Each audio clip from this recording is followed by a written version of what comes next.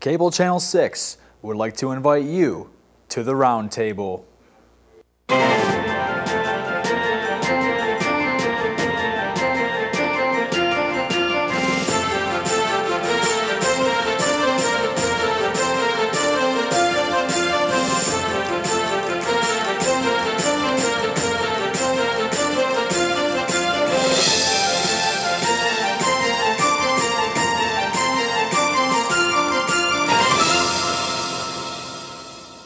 Welcome to another edition of the Roundtable. My name is Paul Dingeman. I host these programs which appear in Marine City and St. Clair, and also now throughout northern Macomb and all of St. Clair County on Comcast Channel 12 as well as Channel 6.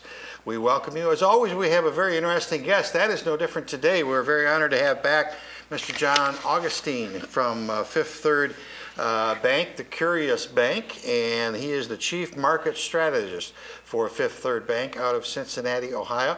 John's been here with us before, and welcome back to the Focus set and to the Roundtable set. Thanks for having us. Nice to see you. When you were here last year or the year before, things were pretty gloomy in St. Clair County as well as the state of Michigan, and recently you were speaking in Southfield at a breakfast, and I got a quote out of Crane's Business Detroit that said that things are looking a little better. Tell us about it. No, they are. Seriously, Paul, you've seen it locally, we would suggest.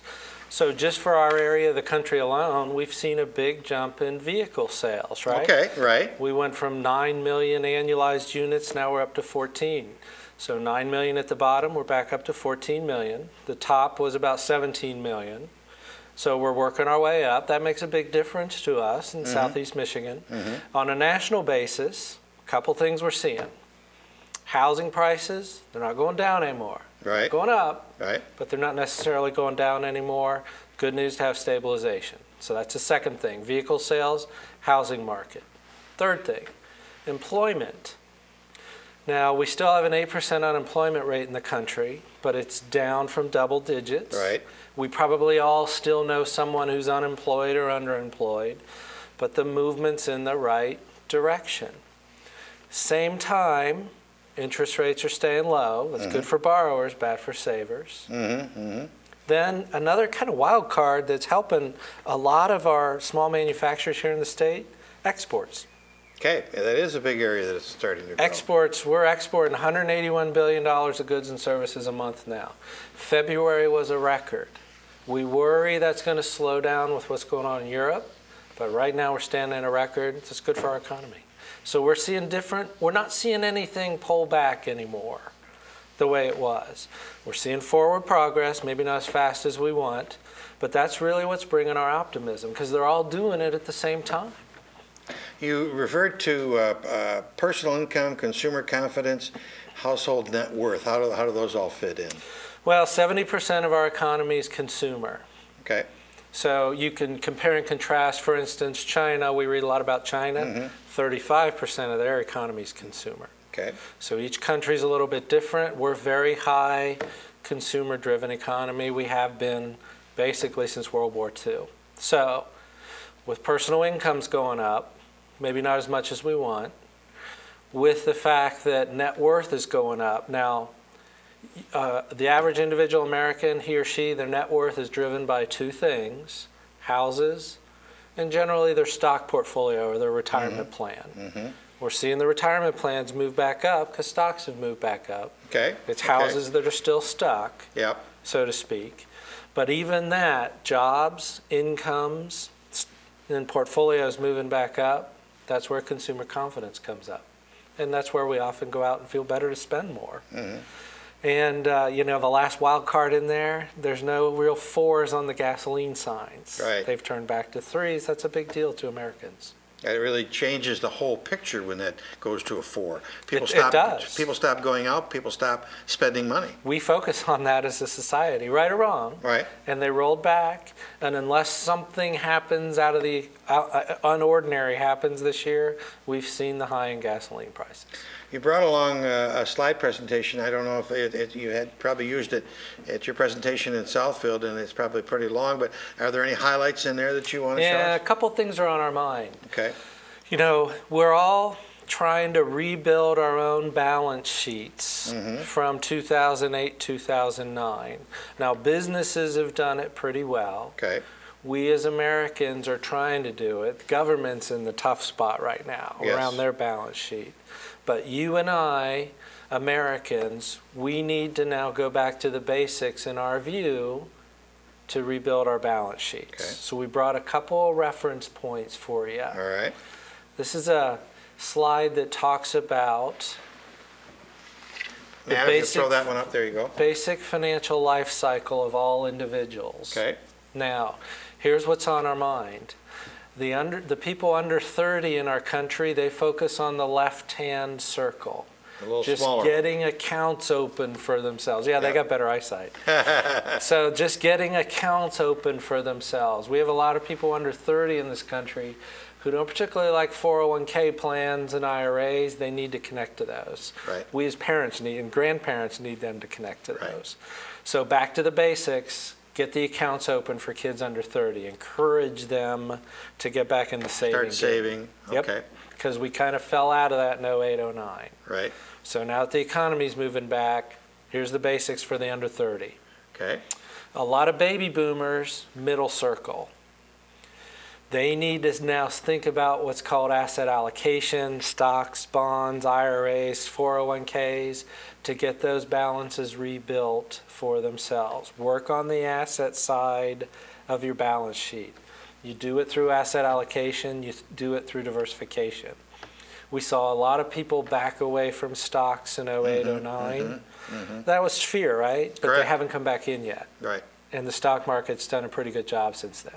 And it's up to 13,000 round figures, so it's moving in the right direction too. Yep, Dow hit a 4-year high last week. So for the baby boomers, you know, think of the 40-something, 30-something up to the pretty much the 60-year-old now. We need to all be thinking about that middle circle. Rebuild the asset side of your balance sheet. If the economy keeps moving forward, markets, they're going to be volatile this summer because of Europe. But if our economy keeps moving forward, focus on that middle circle. Okay. On the right-hand side, the final circle, those are the retirees in the country. You know, they have a lot bigger issues than just their investment portfolios.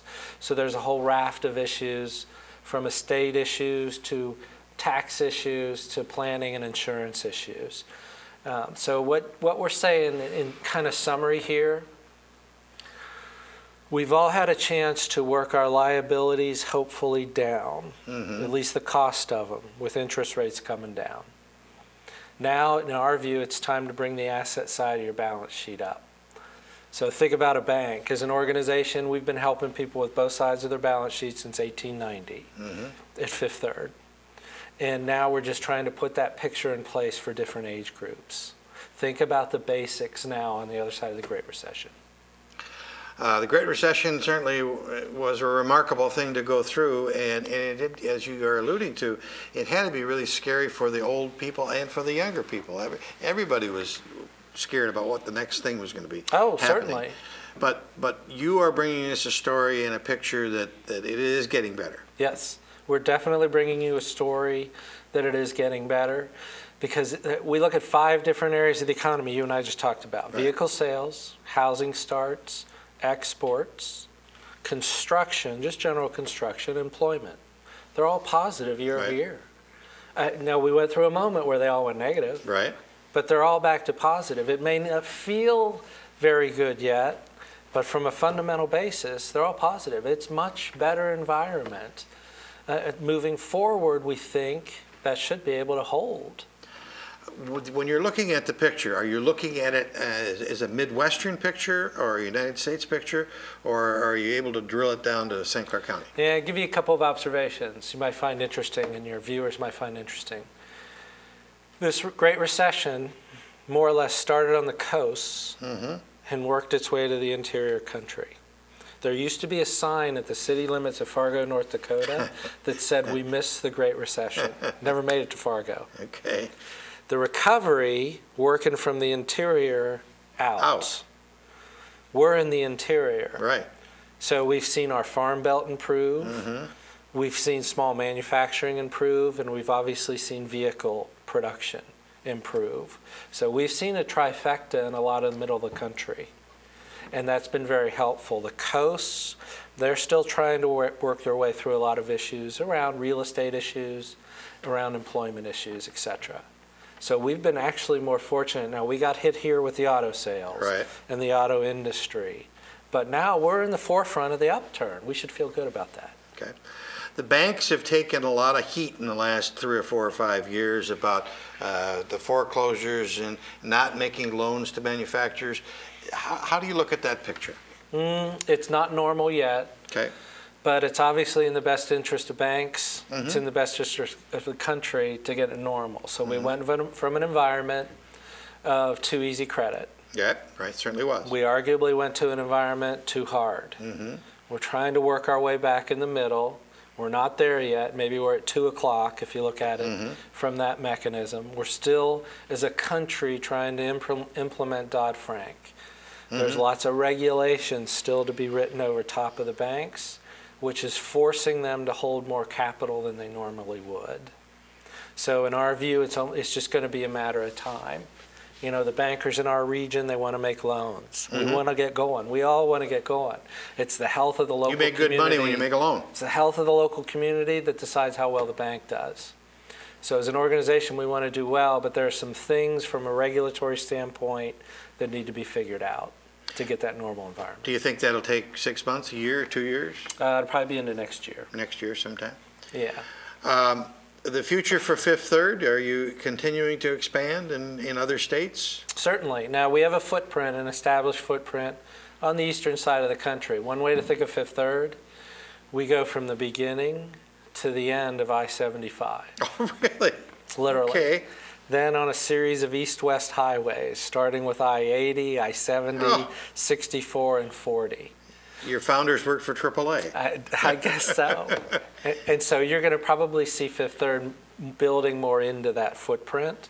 You're going to see our name more here in southeastern Michigan. So now we want to expand services, products, locations for clients. We have a new preferred banking program. So you're going to see us coming with new locations, probably though in footprint. Okay. If in a guess. No inside baseball. Just build up what we already have. Okay.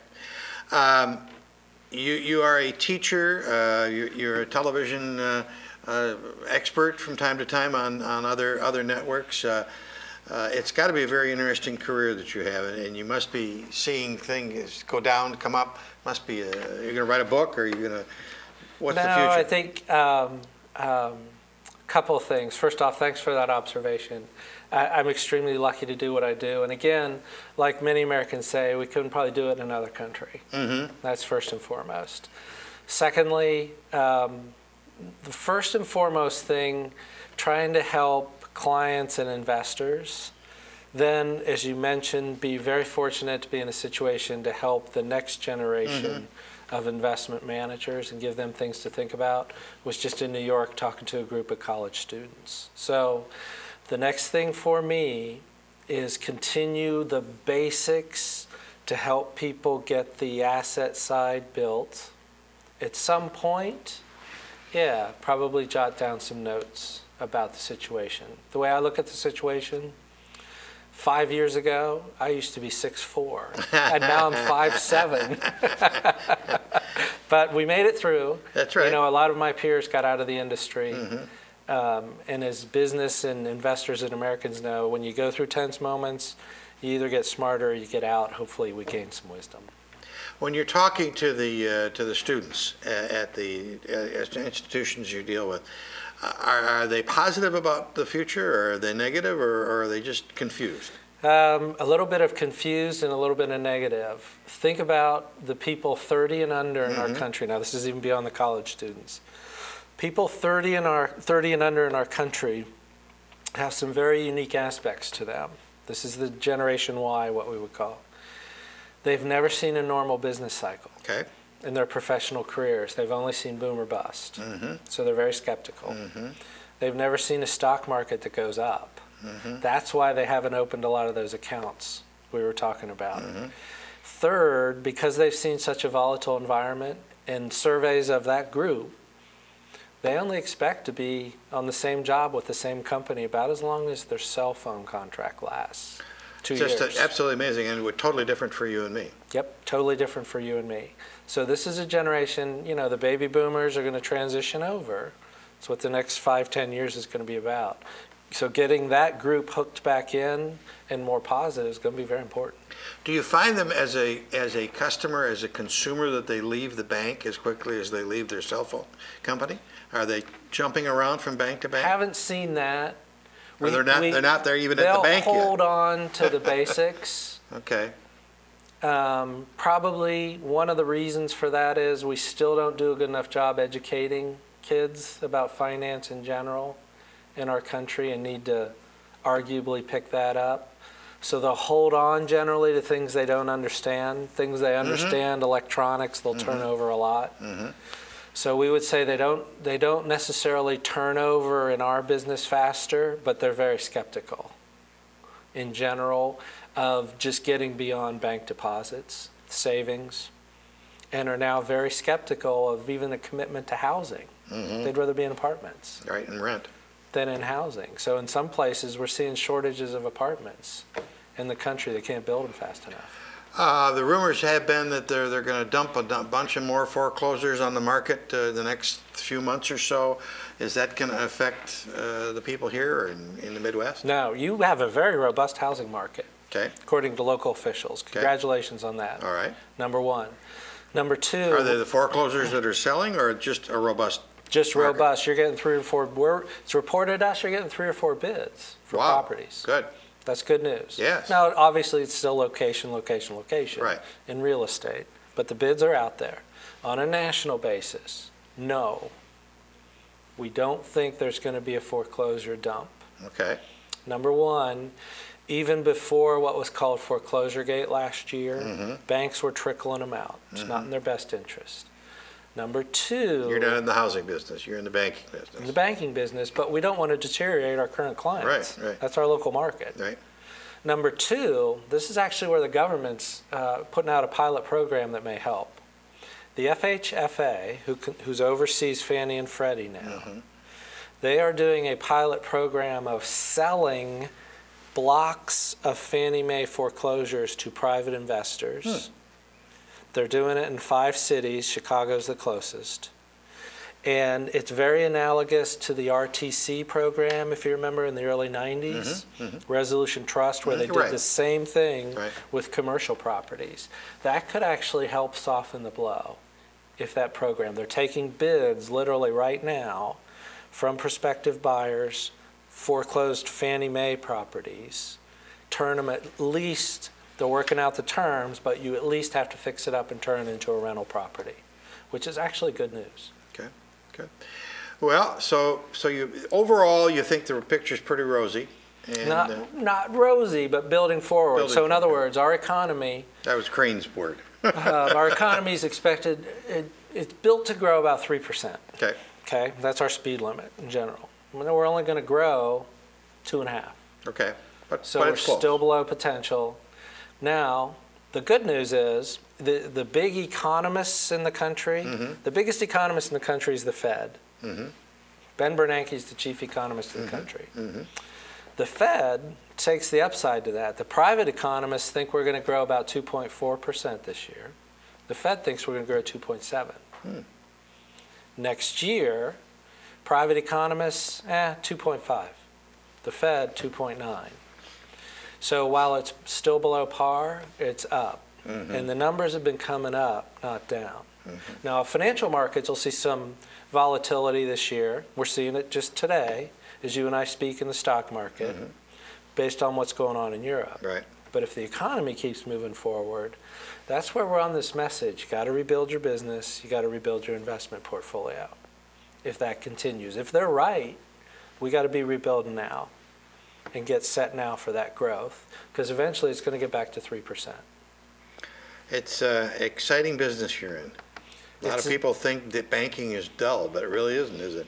No, I mean, the biggest source of frustration we have right now, and most Americans share the same, is those 0% short-term interest rates on our savings and our money markets. We don't like it. Right. That's the Fed holding that price of money way down to support the economy. We hope they can start lifting it sooner than 2014, which is what they tell us now. So as a banking organization, we don't like that. Right. And as Americans, we don't like that. So that's something, that source of frustration, you know, that kind of holds back all of our confidence in the economy. We hope they lift that before 2014. Well, it's been an interesting ride, hasn't it? It's been an interesting ride. Obviously, we're coming back at an uneven pace in different parts of the country. We're actually coming back a little bit quicker in a lot of the rest of the coasts, if you think about it. Here in southeast Michigan, which is good news for our region. There's still people unemployed, underemployed. You know, we got to get some return on our capital, not just return of capital. We got to start investing again. To look for those 7-8% returns, we have to have that confidence, then eventually get those money market rates. There's lots of things to do. We're going to hear a lot about Europe this summer, then obviously move into our own election season. There's big challenges in Washington around their fiscal position, trying to get spending down, trying to do something about tax revenues. That's going to be a big issue that's going to dominate late this year and early into next year. But for right now, our message is the private sector's okay. It's doing relatively okay, and that's good news. It is good news. Well, John, we appreciate you stopping by and sharing your knowledge with us, and we wish you all the best. And you too. Keep up the great work that you're doing for Fifth Third and for the students that you're teaching and that kind of good stuff. Appreciate it. That's about it for this edition of the Roundtable. Thanks very much for tuning in. Until next time, I'm Paul Dingeman.